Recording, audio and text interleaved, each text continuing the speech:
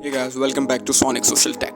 Today in this tutorial, I'll show you how to remove additional devices on Snapchat. Just follow these simple steps and make sure to watch the video through to the end.